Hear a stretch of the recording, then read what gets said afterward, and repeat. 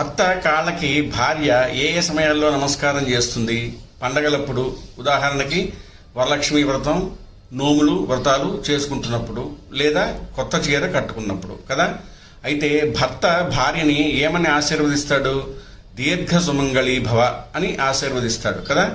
దీర్ఘ సుమంగళిగా ఉండటం అంటే భర్త దీర్ఘాయుష్యుతో ఉండాలని ఆశించే స్త్రీకి ఇచ్చే ఆశీర్వచనమేగా. అంటే తన భార్యని 10 కాలాల పాటు దీర్ఘ సుమంగళిగా దీవిస్తూ తాను కూడా దీర్ఘాయుష్యుతో ఉండాలని తనకు తాను ఆశీర్వదించుకున్నట్టేగా.